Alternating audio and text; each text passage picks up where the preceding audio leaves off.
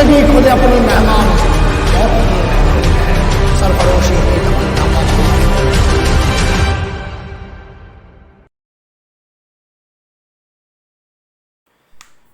Hello students, मैं Dharmendra Kumar, faculty of shield defence academy Lucknow, आप सभी का वेलकम करता हूं शील्ड डिफेंस एकेडमी के यूट्यूब चैनल पर।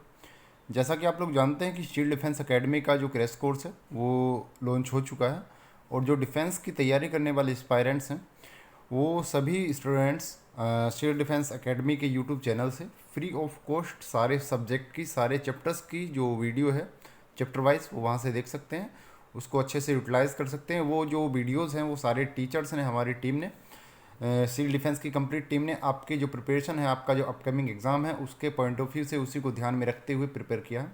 ठीक है, तो सारे चैप्टर्स वाइज वीडियो वहाँ पर आपको मिल जाएंगे, वहाँ से आप वीडियो देख सकते हैं, वहाँ से उसका फ़ायदा उठा सकते हैं, और अपनी जो तैयारी है, आपका जो अपकमिंग एग्ज़ाम है उसकी तैयारी बहुत अच्छे तरीके से आप लोग कर सकते हैं।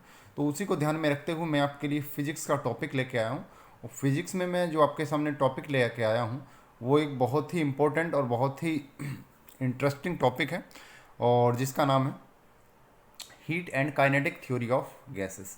ये काफ़ी एग्ज़ाम की, डिफेंस की दृष्टि से काफ़ी एक इम्पोर्टेंट टॉपिक है। इसका आपको 1 से 2 क्वेश्चन हर एग्ज़ाम में, कोई भी एग्ज़ाम हो, चाहे वो एयरफोर्स का हो, एनडीए का हो, एफकेट का हो, एयरफोर्स, किसी का भी एग्ज़ाम हो डिफेंस से रिलेटेड, 1 से 2 क्वेश्चन आपको डेफिनेटली वहाँ से मिलता है।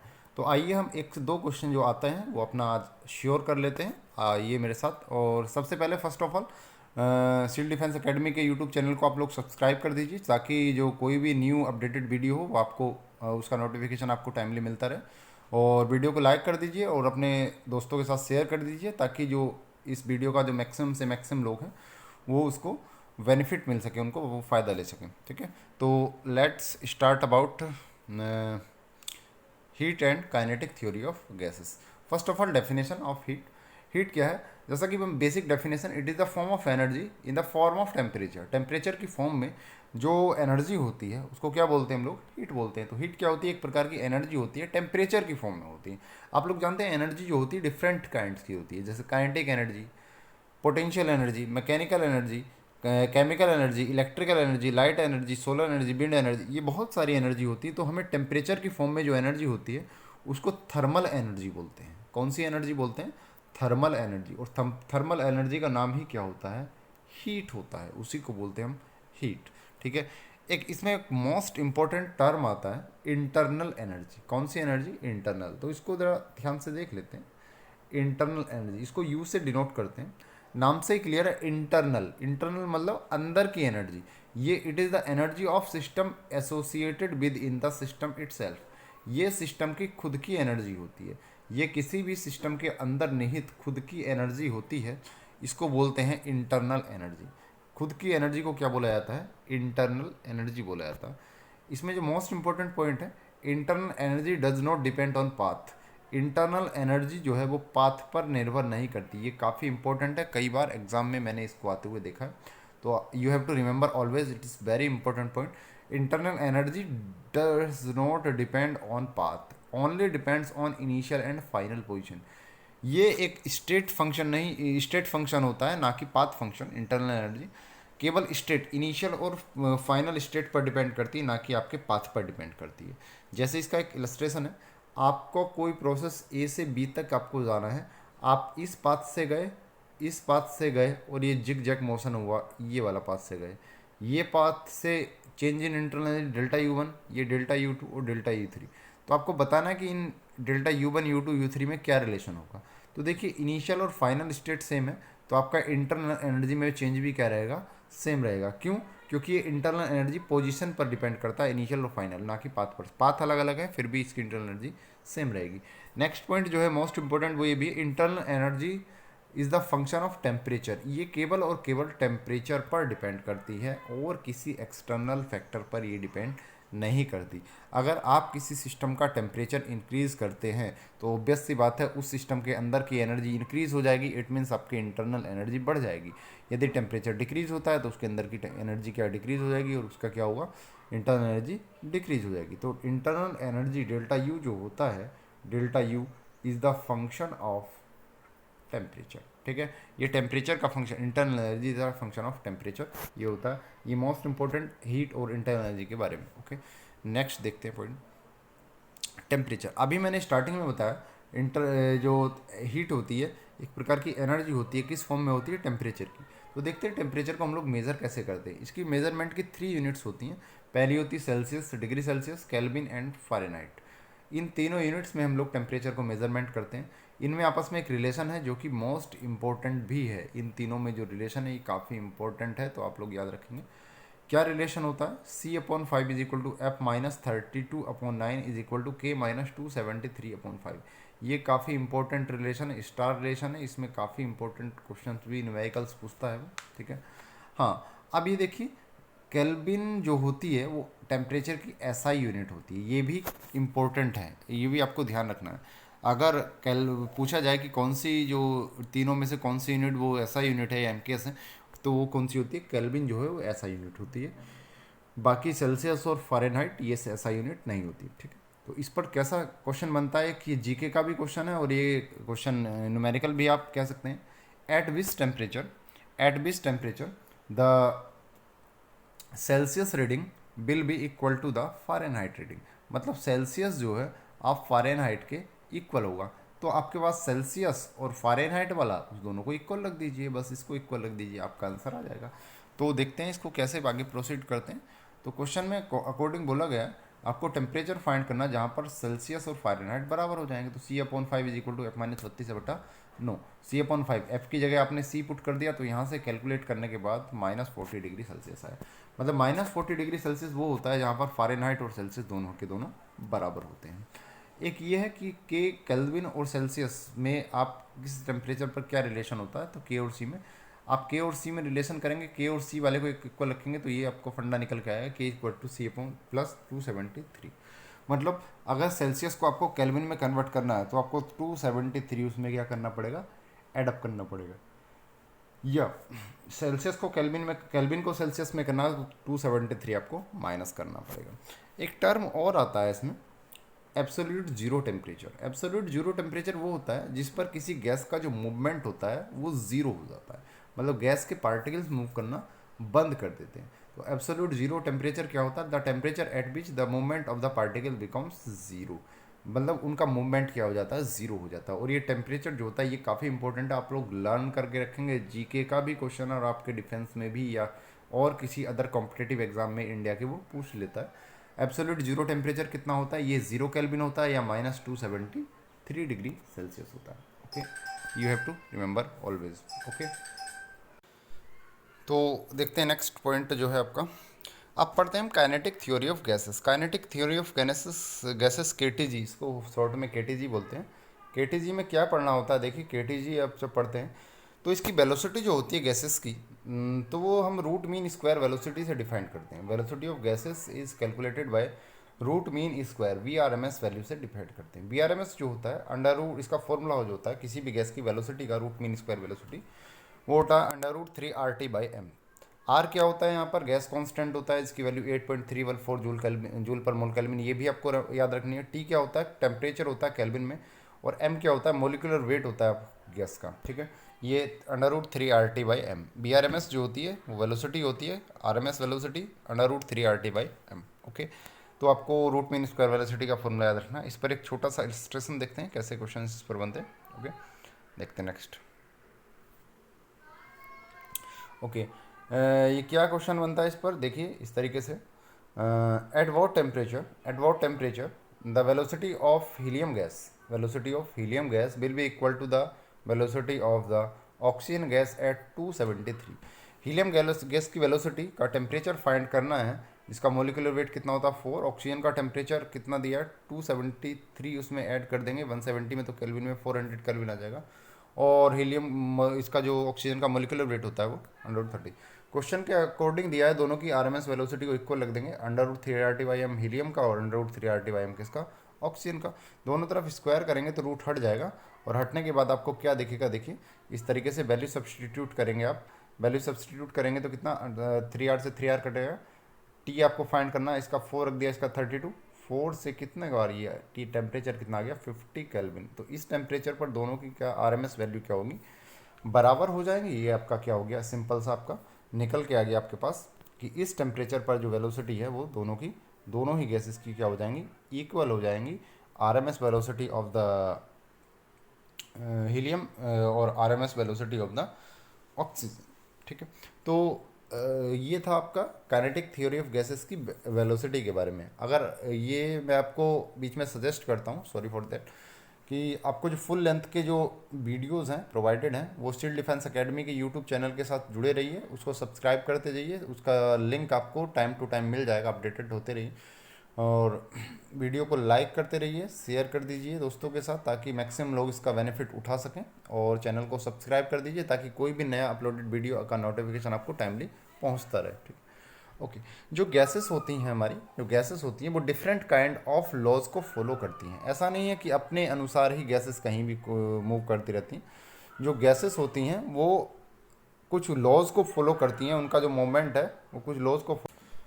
तो जो लॉज है गैसेस जो फॉलो करती हैं उनमें फर्स्ट लॉ आता है चार्ल्स लॉ में क्या है, ये कहता है एट कांस्टेंट प्रेशर। ये बात याद रखनी है कि चार्ल्स लॉ में आपको क्या रखना होता है, प्रेशर को हमेशा कांस्टेंट रखना होता है। Pressure is always constant. Constant pressure पर वॉल्यूम जो होता है, गैस का जो वॉल्यूम होता है डायरेक्टली प्रोपोर्शनल होता है टेम्परेचर के।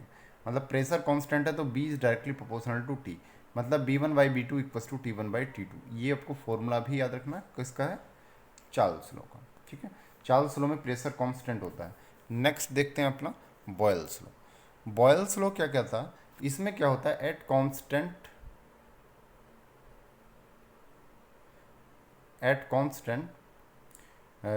इसमें क्या होता है आपका, टेम्परेचर की जगह ये बाय मिस्टेक है, एट कांस्टेंट टेम्परेचर, इसको आप टेम्परेचर लिख लीजिए, at constant temperature. Constant temperature पर क्या होता है, pressure is inversely proportional to the its volume.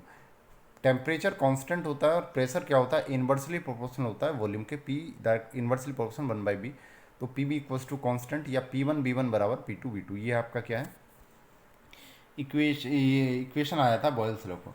कई बार स्टूडेंट्स को कन्फ्यूजन होता है कि बॉयल्स लॉ और चार्ल्स लॉ में कौन कांस्टेंट रहता है, क्या कांस्टेंट रहता है और क्या कांस्टेंट नहीं रहता है। ठीक है, तो आप क्या करेंगे, मैं आपको एक ट्रिक बताता हूँ उसको याद करने की। बॉयल्स का मतलब होता है बॉयल करना, बॉयल मतलब टेम्परेचर देना। ठीक है, तो बॉयल्स लॉ से आप टेम्परेचर याद रखेंगे, बॉयल्स से क्या याद रखेंगे आप, टेम्परेचर याद रखेंगे। बॉयल्स में क्या होता है, टेम्परेचर। तो बॉयल्स में क्या हुआ, टेम्परेचर कांस्टेंट रहेगा, तो बचा क्या है, चार्ल्स में क्या होगा, प्रेशर कांस्टेंट रहेगा। ठीक है, बॉयल्स में टेम्परेचर कांस्टेंट, चार्ल्स में प्रेशर कांस्टेंट। ठीक है, अब एक टर्म आता है आइडियल गैस। देखिए गैसेस क्या होती हैं, दो तरीके की होती हैं बेसिकली, एक तो रियल गैस होती है, एक आइडियल गैस होती है। रियल गैस आइडियल गैस में क्या है मैं आपको बताता हूँ। Ideal gas equation, ideal gas क्या होता है, आइडियल गैस वो होती है जो चार्ल्स लॉ और वायल्स लॉ दोनों को एक साथ फॉलो करती है, उसको क्या बोलते हैं, आइडियल गैस। लेकिन क्या है, बाद में देखा गया कि गैसेस आइडियली जो रूल है उनको फॉलो नहीं करती, वो अपने इन रूल से थोड़ा सा डेविएट हो जाती हैं। रियल में वो ऐसी नहीं पाई जाती, तो रियल में नहीं पाई जाती तो उनको रियल गैस बोलते हैं। और जबकि अगर ऐसे फॉलो करने लगेंगे तो उनको आइडियल गैस बोलते हैं। तो पहले हम पढ़ते हैं कि आइडियल गैस क्या होता है, आइडियल गैस के बारे में, आइडियल गैस इक्वेशन। ठीक है, आइडियल गैस इक्वेशन क्या होता है, देखिए ideal gas equation, the gases which follow Charles law and vials law. जो गैसेस चार्ल्स लॉ और वायल्स लॉ दोनों को फॉलो करती हैं उनको क्या बोलते हैं, आइडियल गैस बोला जाता है। ठीक है, ये भी एक इंपॉर्टेंट क्वेश्चन है, आइडियल गैस क्या होती है। The gases which follow Charles law and Boyle's law are known as the ideal gases. Okay, Charles law मैंने बता दिया, चार्ल्स लॉ में क्या कांस्टेंट रहता है, प्रेशर कांस्टेंट। और बॉयल का मतलब टेम्परेचर देना, टेम्परेचर में क्या होता है, टेम्परेचर कांस्टेंट। मतलब बॉयल्स में टेम्परेचर कांस्टेंट रखेंगे और चार्ल्स में क्या करेंगे, प्रेशर को हम लोग कांस्टेंट रखकर उसको स्टडी करते हैं। ठीक है, तो ये क्या है मैं आपको बताता हूँ, V is directly proportional to T, V directly proportional to T, ये किसकी इक्वेशन है, आपके चार्ल्स लॉ की। ठीक है, ये चार्ल्स लॉ इक्वेशन है, इक्वेशन नंबर 1 नाम दिया हमने। V is inversely proportional, P inversely proportional to V, ये क्या हो गई, बॉयल्स लॉ। ठीक है, बॉयल्स लॉ ये किसकी इक्वेशन है, दोनों को हमने कंबाइंड किया फर्स्ट, और दोनों को कंबाइंड क्यों, क्योंकि कंबाइंड इक्वेशन जब बनाएंगे तभी तो आपका क्या आइडियल गैस बनेगा। आइडियल गैस जब दोनों को कंबाइंड किया हमने तो हमारे पास जो इक्वेशन आता है कंबाइनिंग 1 and 2, तो वो आता है पी बी इक्वल्स टू, वो आएगा आपके पास P V equals to n R T, P V equals to n R T. यही आपका आइडियल गैस इक्वेशन है, इसी को बोला जाता है आइडियल गैस इक्वेशन। क्यों बोला जाता है? क्योंकि इसके अंदर चार्ल्स लॉ भी, जिसमें क्या होता है प्रेशर कांस्टेंट, और बॉयल्स लॉ भी, जिसमें क्या है प्रेशर कांस्टेंट, दोनों के दोनों क्या है इंक्लूडेड है। So it is called ideal gas equation. इसमें कुछ टर्म्स हैं, P for pressure, B for volume, T for temperature. लेकिन टेम्परेचर आपको ध्यान रखना है, you have to remember always, आपको केल्विन में ही यूज़ करना है। क्यों यूज़ करना है? क्योंकि केल्विन ही टेम्परेचर की SI यूनिट, जैसा कि हम पीछे डिस्कस कर चुके हैं, SI यूनिट टेम्परेचर की क्या होती है? केल्विन ही होती है। N क्या है? Number of malls of gases होते हैं, गैस के नंबर ऑफ मॉल्स, कितने गैस मॉलिक्यूल्स। और जो R है उसको क्या बोलते हैं हम लोग? गैस कांस्टेंट बोलते हैं, ठीक है। आर गैस कांस्टेंट, इसकी वैल्यू मैंने बता रखी है आपको कितनी होती थी, अभी मैंने लास्ट में ही रिसेंट में ही डिस्कस की थी, 8.314। और यूनिट भी इम्पोर्टेंट है, जूल पर मोल केल्विन, जूल पर मोल केल्विन। यूनिट भी अगेन इम्पोर्टेंट है, क्योंकि कई बार एग्जामिनर क्या होता है डायरेक्टली इन कांस्टेंट की वैल्यू जो स्टैंडर्ड फिक्स है उनकी वैल्यू आपको डायरेक्ट पूछ लेता है, तो आपको वो याद रखनी है। ओके, ये थी आपकी आइडियल गैस इक्वेशन। अब जैसा कि मैंने आपसे डिस्कस किया था कि रियल में गैस अलग होती है और आइडियल गैस अलग होती है।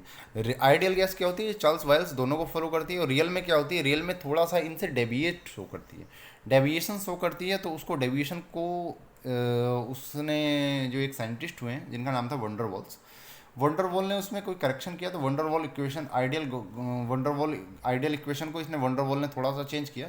इसने किया, जब गैसेस होती हैं रियल में क्या होती है, प्रेशर में थोड़ा सा इंक्रीमेंट होता है, वॉल्यूम में थोड़ी सी डिक्रीमेंट होता है।